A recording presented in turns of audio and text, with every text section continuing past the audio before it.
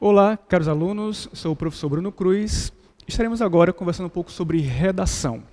Na aula de hoje, trataremos de textos narrativos. É importante que nós lembremos qual a natureza do texto narrativo, né? Hoje, faremos uma breve exposição do que seria a fábula, o apólogo e a parábola. Fábula, apólogo e parábola. Que vem a ser, né, a fábula, o apólogo e a parábola. São gêneros textuais narrativos. E por gênero textual narrativo, nós compreendemos todo e qualquer texto que tenha a ordem de narrar, contar alguma história, por meio, vamos lá, da exposição de ações, descrição de lugares ou mesmo descrição de personagens. Todo texto narrativo tem em si uma narratividade, ou seja, uma, digamos, progressão temática que vai contar uma história que tem sua introdução, seu desenvolvimento, o clímax, que seria a problematização e o desfecho, não só do clímax, como também da história em si. Lembrando que são elementos essenciais da narrativa: personagem, tempo, espaço e enredo. Então, tanto na fábula, como no apólogo, como na parábola, haverá personagens, haverá o enredo, o tempo e o lugar em que se faz e que se dá a narrativa em si. Esses três gêneros textuais têm em comum o fato de ensinarem algo. Eles têm esse caráter, digamos, metafórico, que é justamente quando você diz algo de uma maneira mais figurada, a respeito de virtudes, a respeito de falhas humanas, a respeito de algum tipo de moral que possa engrandecer ou mesmo contribuir para uma reflexão humana. Obviamente que cada gênero vai dizer isso, ou seja, esse tipo de caráter muito mais de ensino, de maneiras distintas. Então, eles têm essa similaridade, mas têm diferenças entre si. Vamos ao primeiro gênero de hoje, que seria a fábula. A fábula é um texto narrativo alegórico, em geral com presença de diálogo, que apresenta uma moral. Então, essa primeira característica da fábula é muito importante que nós possamos sempre lembrar que ela é necessária, a moral da história. Então, na fábula, a moral ela é destacada.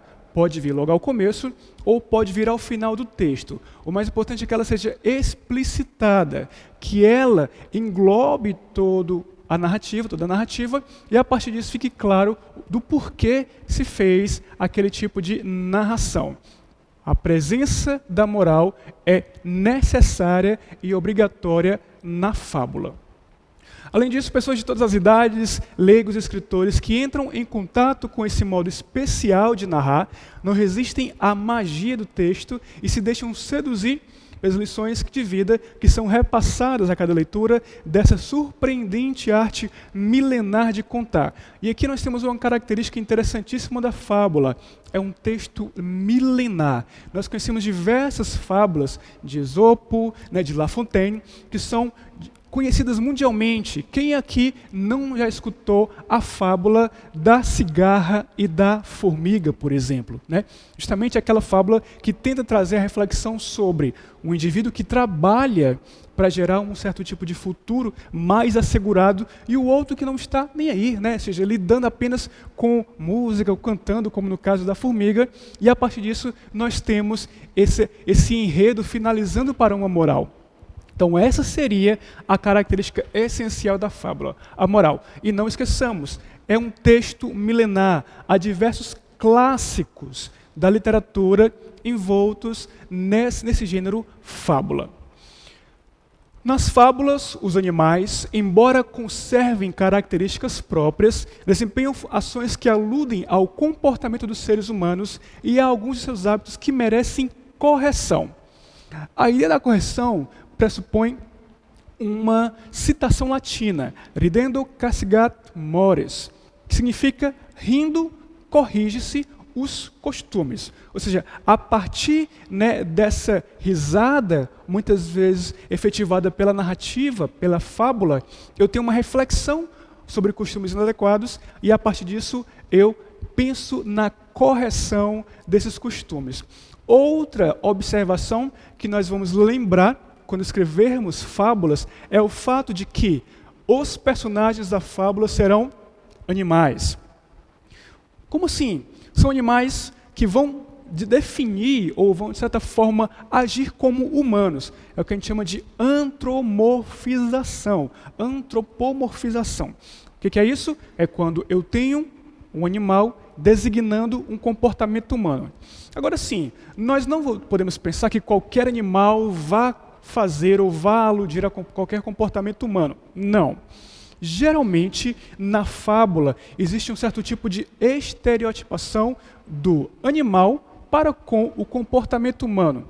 Então, geralmente, se eu construo uma fábula que vá, de certa forma, fazer uma alusão a um personagem que é um pouco melindroso, que é um pouco perigoso, o animal que destacará esse tipo de comportamento será o quê?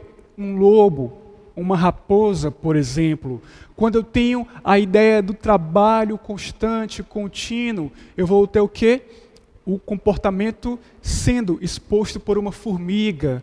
Ou mesmo quando eu tenho a ideia da rapidez, da agilidade, haverá um coelho fazendo esse tipo de ação. E quando eu tenho a opulência, a grandeza, né, a realeza sendo posta na fábula, eu terei aí a ideia da construção de um personagem usando-se da figura de um leão. Então, todos os personagens antropomorfizados em uma fábula terão esse estereótipo. O que aquele animal geralmente leva a um certo tipo de relação, de inferência. E esse tipo de estereótipo é que será usado na fábula para se construir essa ideia do comportamento humano na narrativa. Vamos então aqui a um exemplo de fábula e de como nós percebemos essas características até então conversadas aqui no texto. É uma fábula clássica de Esopo, o corvo e a raposa. Vamos à leitura do texto. Um dia, um corvo estava pousado no galho de uma árvore com um pedaço de queijo no bico, quando passou uma raposa. Vendo o corvo com o queijo, a raposa logo começou a matutar um jeito de se apoderar do queijo. Com esta ideia na cabeça, foi para debaixo da árvore, olhou para cima e disse: "Que pássaro magnífico há visto nessa árvore, que beleza estonteante, que cores maravilhosas. Será que ele tem uma voz suave para combinar com tanta beleza? Se tiver, não há dúvida de que deve ser proclamado rei dos pássaros." Ouvindo aquilo, o corvo ficou que era pura vaidade. Para mostrar à raposa que sabia cantar, abriu o bico e grasnou bem alto. O queijo veio abaixo, claro, e a raposa abocanhou ligeiro aquela delícia, dizendo: "Olhe, meu senhor, estou vendo que voz o senhor tem. O que não tem é inteligência."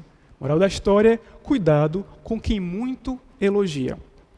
Percebemos que todo o texto, toda a narrativa vai desembocar para um clímax, a ideia de o corvo tentar ali se mostrar, né, para a raposa, e a partir disso se definir de maneira muito clara a falta de inteligência do corvo ante aos elogios da raposa. Então, essa seria a metáfora empregada na história.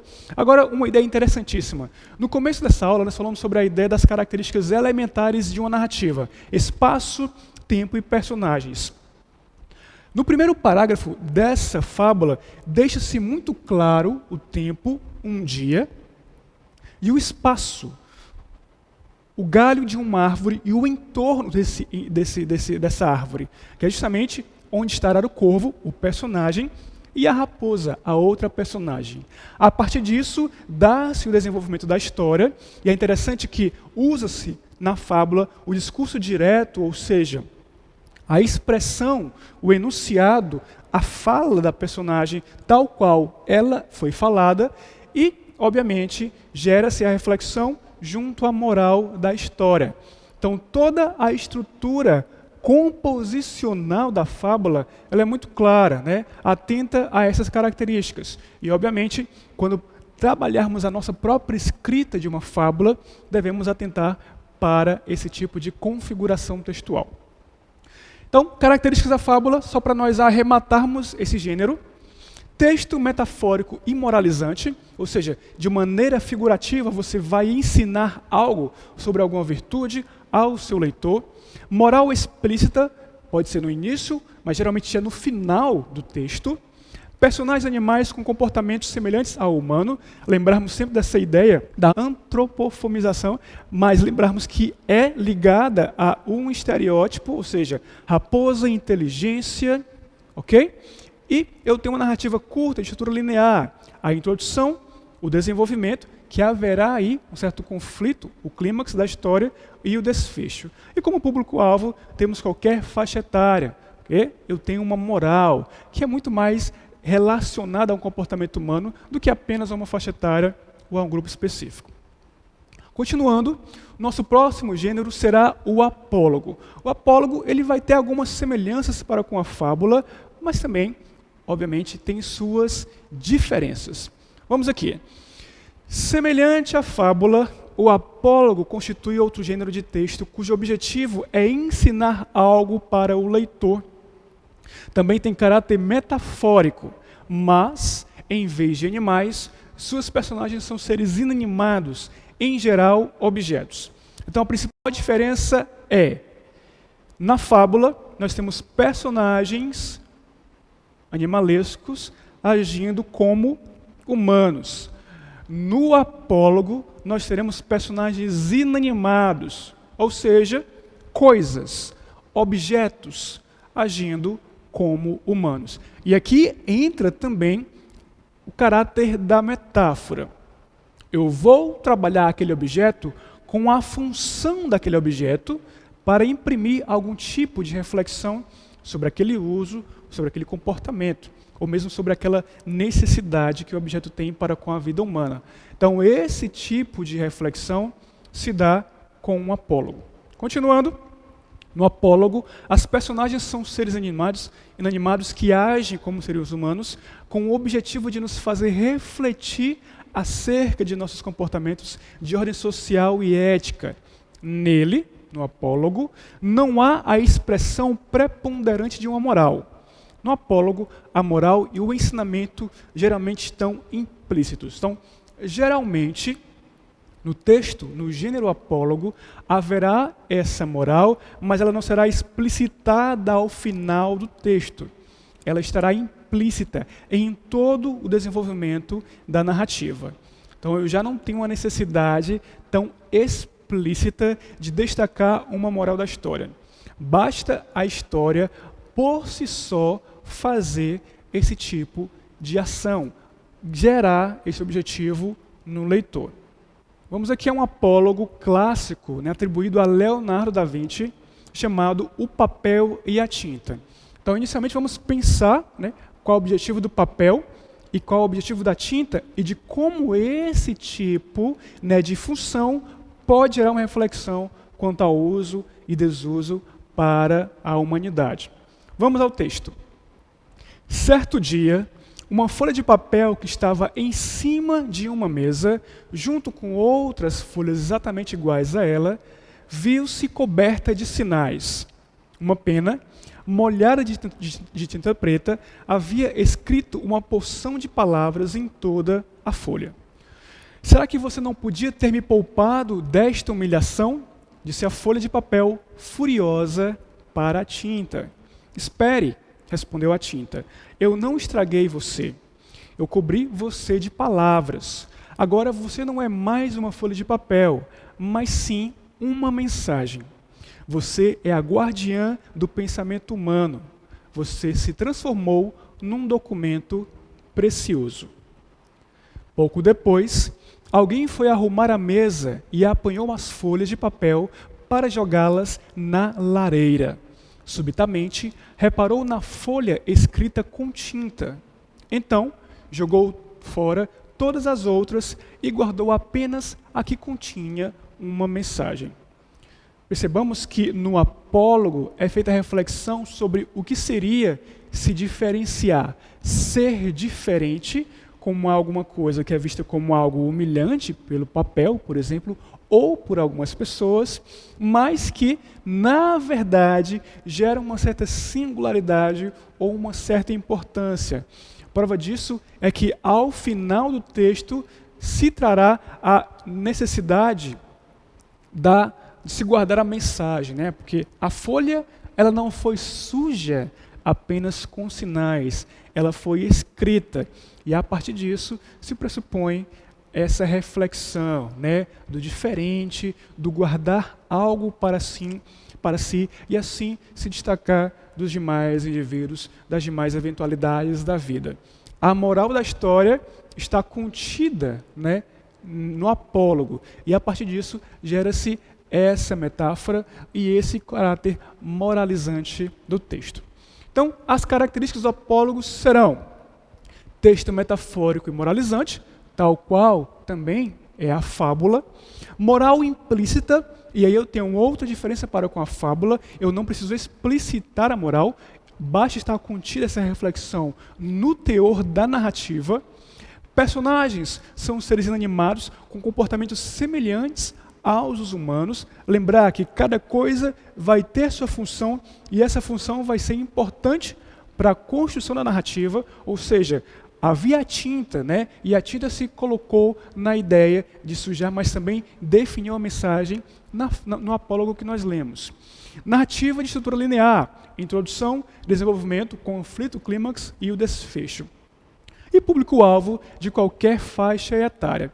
E é interessante nós lembrarmos dessas características muito similares entre fábula e apólogo, mas das diferenças. Quais seriam até agora?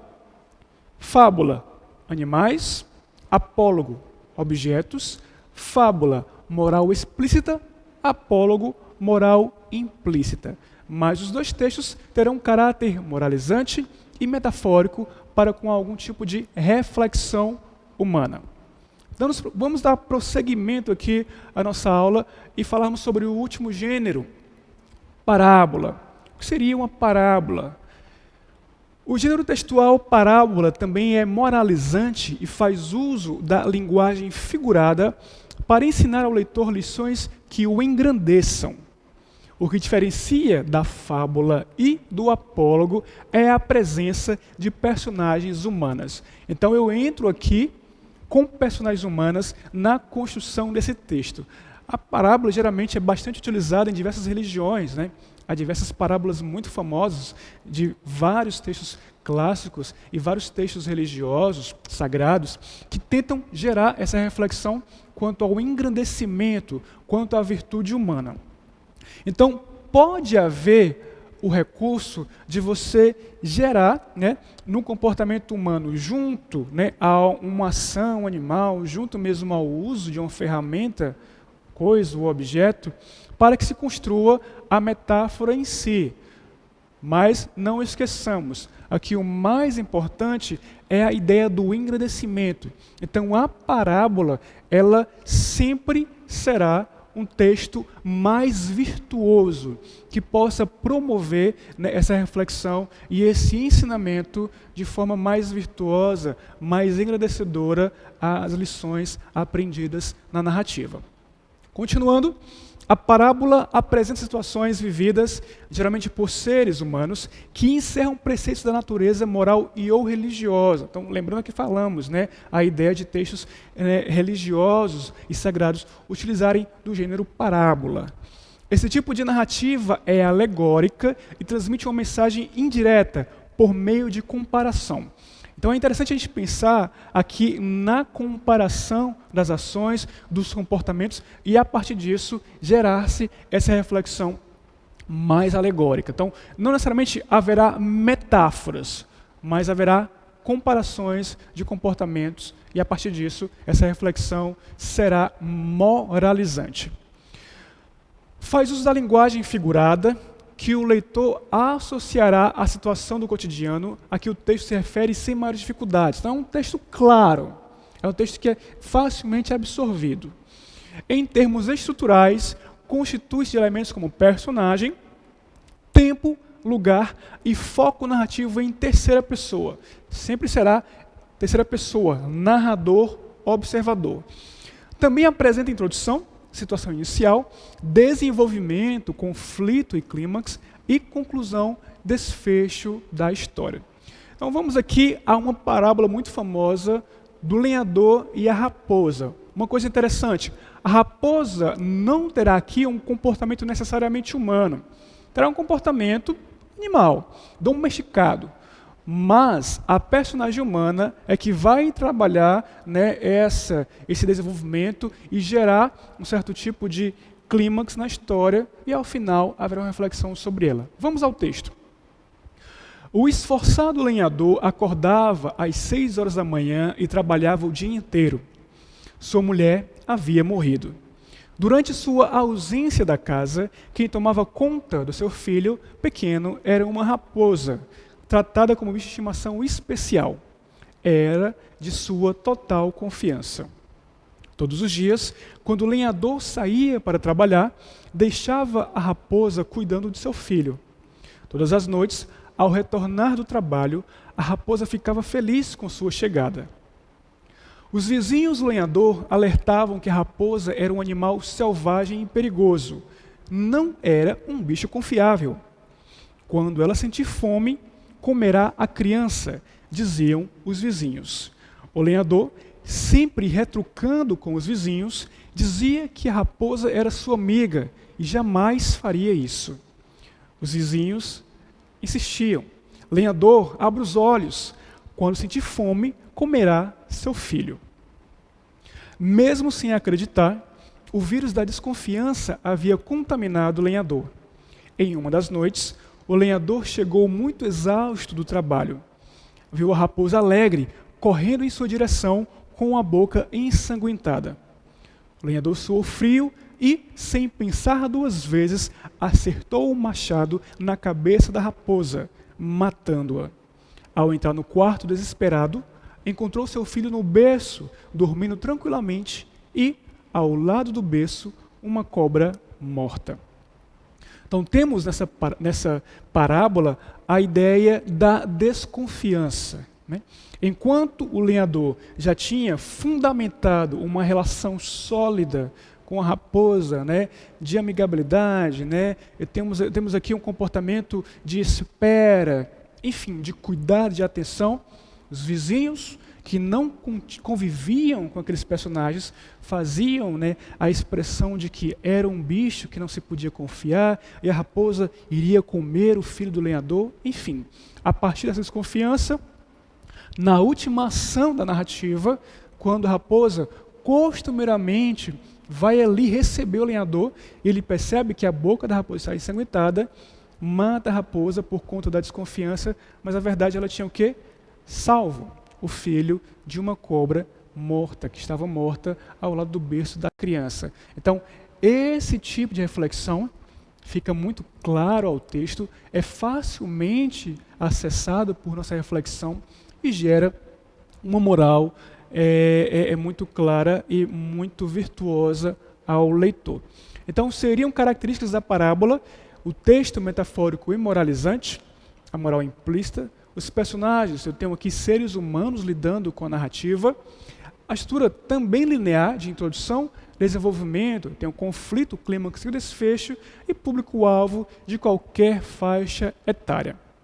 Então, por fim, nós tivemos nessa aula a reflexão a respeito de textos narrativos, apólogo, fábula e parábola, textos semelhantes quanto ao caráter moralizador e metafórico.